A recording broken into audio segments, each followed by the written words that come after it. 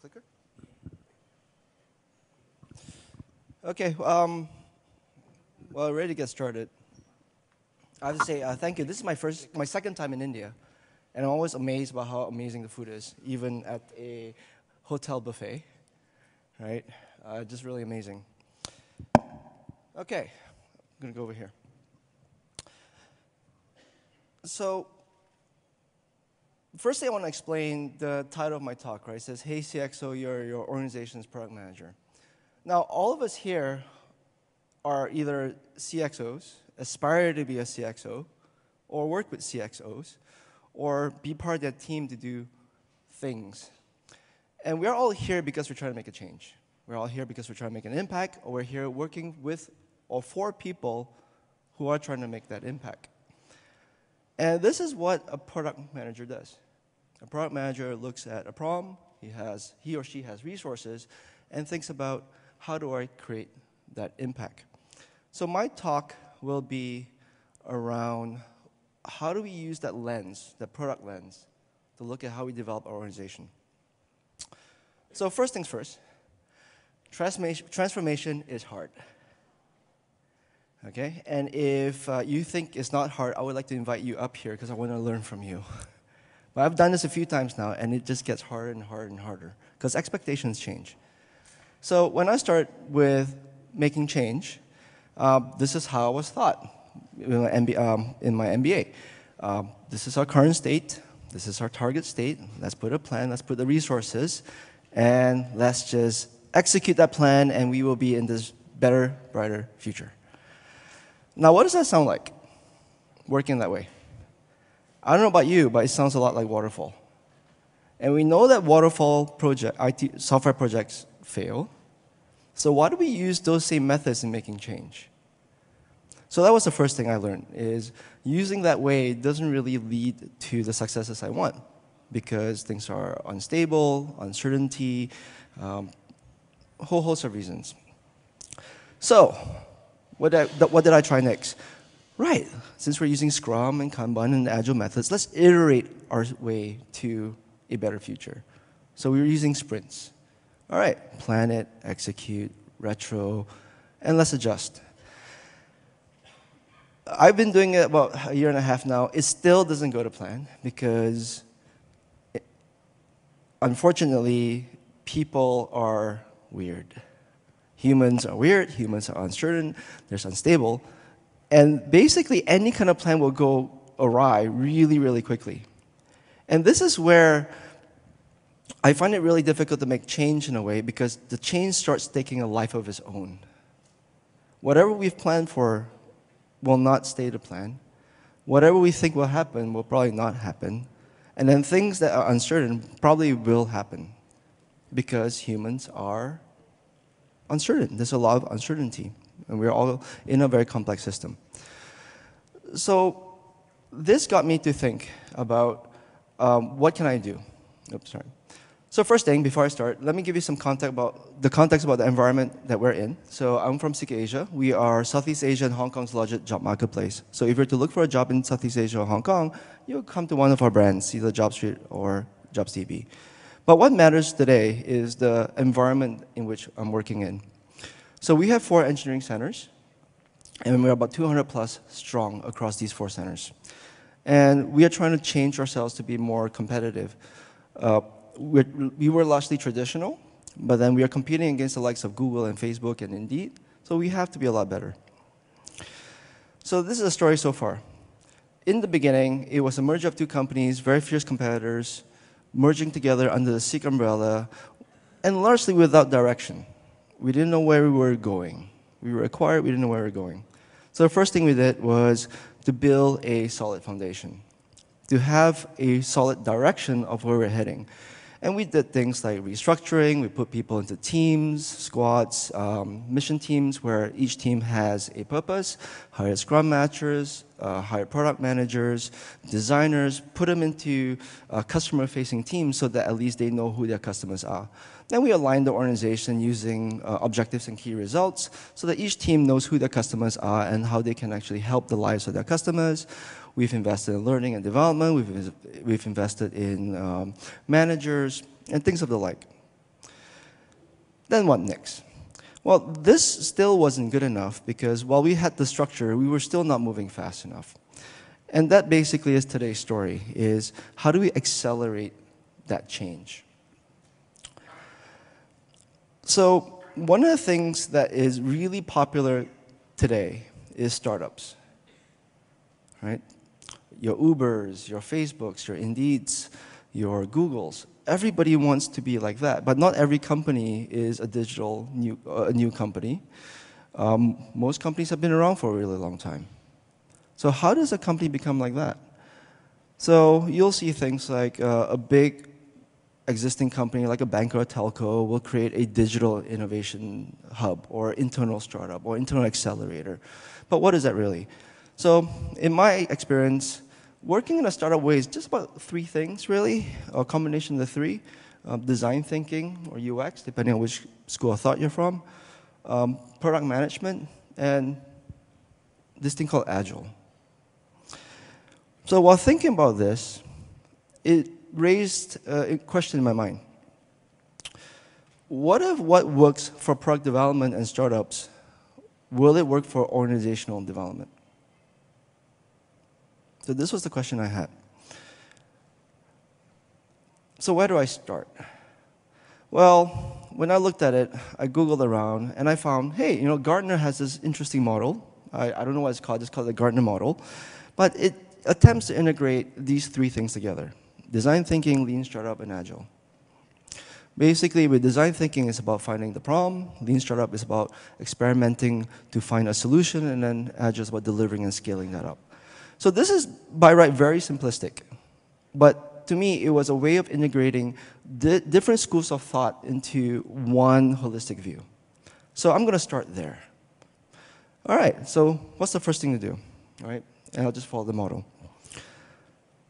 And within Seek Asia, we have multiple products. They're all .coms, mobile products. So we were familiar with these tools already. We were using things like the double diamond, the experiment board. We're doing A/B tests. We're doing design thinking. We have the business model canvas. We're already using all of this. So internally, we had the experience in building it with a product. I wanted to explore whether we can apply those skills in a different avenue. So one of the things that got me thinking about whether this can be applied is based on my worldview, which I'll share with you. And it's a simple worldview.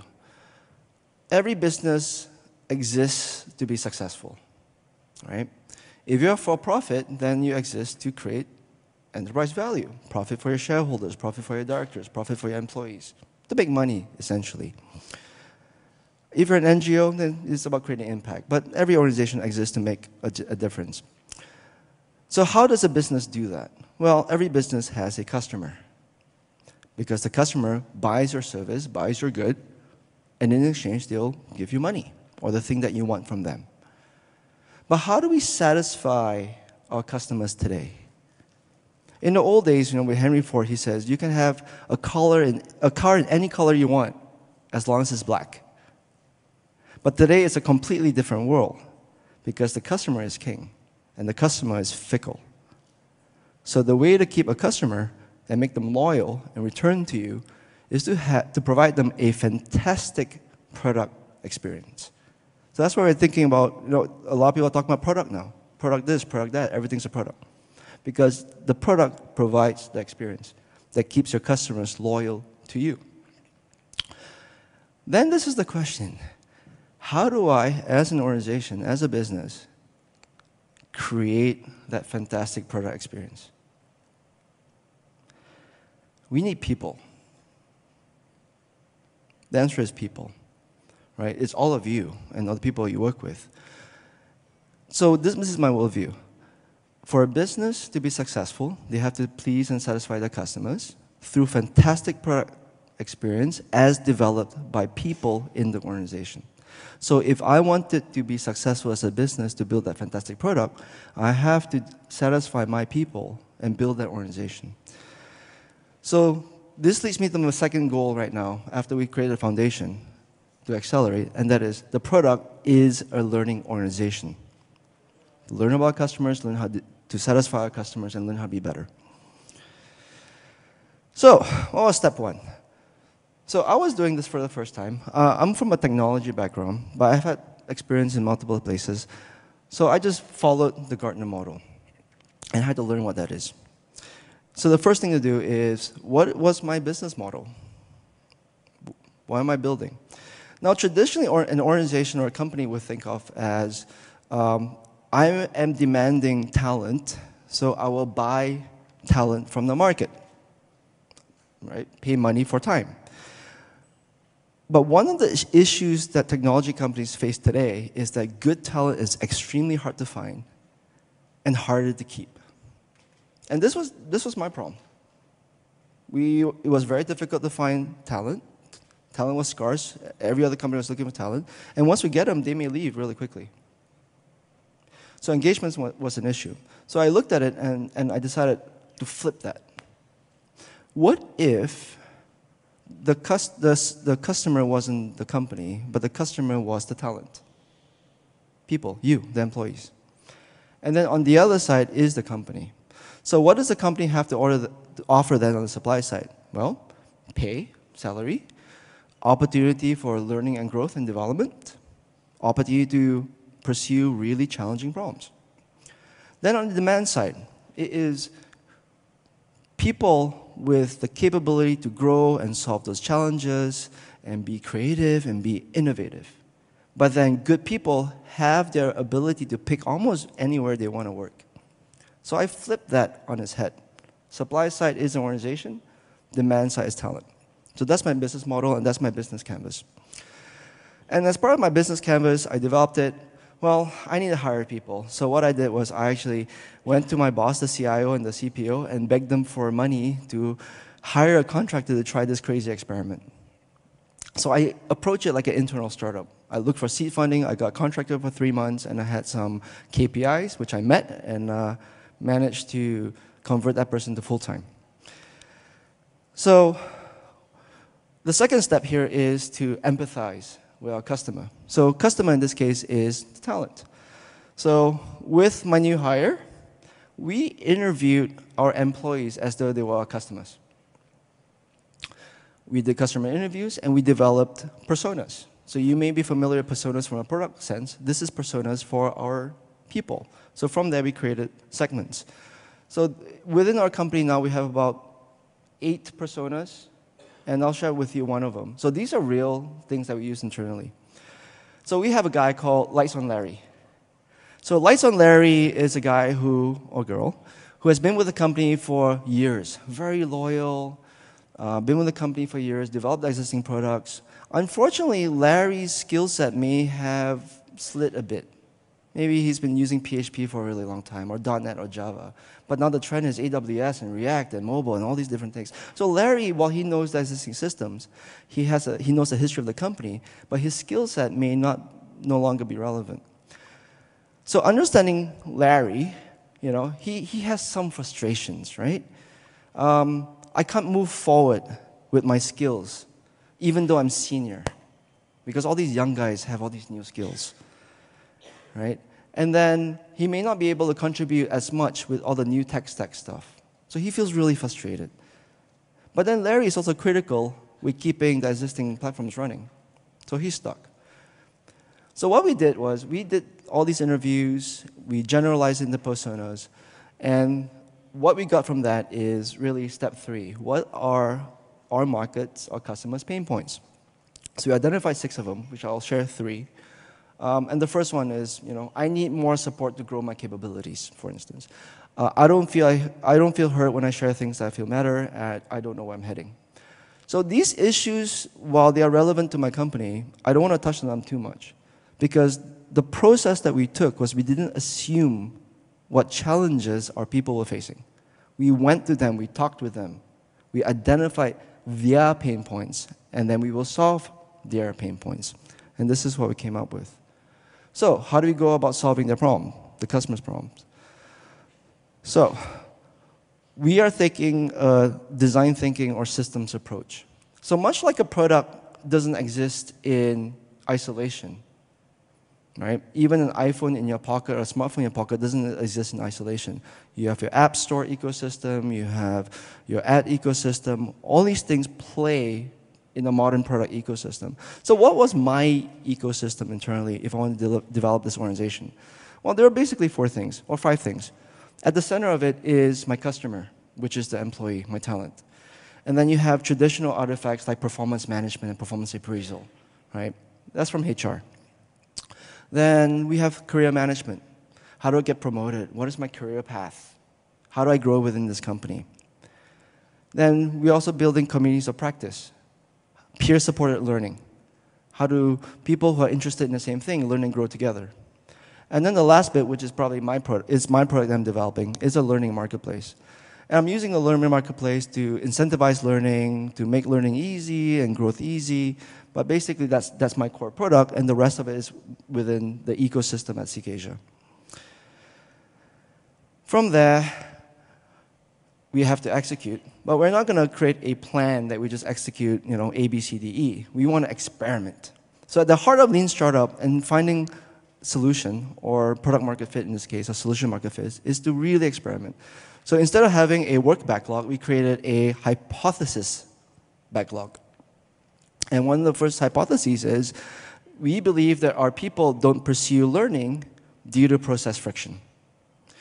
And we identified the hypothesis based on surveys, based on engagement data, based on managers' conversations, that a lot of times our employees don't pursue learning because it's too difficult to learn, or I didn't know that there was a learning available, or I have to get manager approval, whatever it is. We could just call this process friction. And from there, we fleshed out our hypothesis in this way. So that is our hypothesis backlog. So from the hypothesis, we created a test. A cheap, quick, easy test. So from the hypothesis, where we believe our people don't pursue learning due to process friction, we created an experiment. Now, how do I measure the success of my experiment? Well, I'm taking another product approach. I'm using Pirate metrics, AARRR, which is for acquisition, activation, retention, referral, and revenue, which is essentially a funnel. So I'm not going to force my talent to learn if they don't want to, but I want to create an environment where they can adopt learning whenever they want to. So it's really an adoption funnel. So the first experiment we did, or first well-formed experiment we did, was around AWS. We are migrating to the cloud. AWS is our partner. We want to be able to empower all our engineers with AWS. But as you know, training can be expensive. So we wanted to lower the cost. And what we did is we thought of, can we provide training online? And that's our hypothesis. So we're using things like Udemy and A Cloud Guru, where it's about $60 US to do AWS fundamentals course. The other thing we did to remove process friction, so we removed cost friction on one side, and we also removed the requirement for manager approval. So an employee within the company can take these courses without management approval. And we want to know what would happen. So the result was within 7 days, this is acquisition, we had 15% of our organization sign up for AWS. Now, these slides are not updated, but as of 2 days ago, it was closer to about 30% now. And that was just with these 2 changes. So the heart of this is just about creating really cheap, really quick, really fast experiments. Now, we face a lot of challenges in doing this. We've been doing this for about 4 months now, give or take. It really required a mindset shift, even within myself. As an Agilist, it requires a mindset shift because it's not only about the big things that I had to change about how I thought about it, it was even the little things, right? Do I have data to support my assumption? Can I develop this in as small piece as possible? Sometimes it's even about working within my doubt that if the data shows one way but I believe another, which one do I trust? Do I trust my opinion or do I trust the data? So these are all things within the experimenter's mindset. Second thing is we had to learn how to experiment by experimenting. So the experiment I showed you was the first well-formed experiment. The previous 5 were horrible. And we failed not because the experiment, the hypothesis was rejected, it's because the experiment itself was bad. So we had to learn how to experiment. So much like coding or developing or coaching is a muscle, experimentation itself is a muscle. So it has to be developed. Being comfortable with failure. Now, I want to clarify what failure means in my context. Failure doesn't mean whether I confirm or reject a hypothesis. It was whether I really screwed up something or not. And being an innovator, trying something different, failure can be just around the corner, and is having to be really, really comfortable with that. Now, what we have found is that a lot of times failure has no consequence, or it has no irreparable consequence. So it's just about being comfortable with it and repairing it and moving on. Moving quickly was really difficult in an existing 20-year-old company. We were trying to move quickly, and we were getting blocked left, right, center. And this goes back to the mindset where it's very easy to say, I can't move quickly because of bureaucracy. But the mindset here was, we can't move quickly, so we will change that bureaucracy. So we were working with HR, and we were breaking the processes and changing our processes. Almost done. And so that we can move quickly and experiment. And then lastly, it's about measuring outcomes and not activities. We had a plan of what we were going to do, all the steps we were going to take, but then I don't know if I'm making an impact unless the outcomes happen. So it goes back to outcomes. So the story continues. This is still a work in progress. There's many more things to do. Hopefully I can share more in the future. And thank you.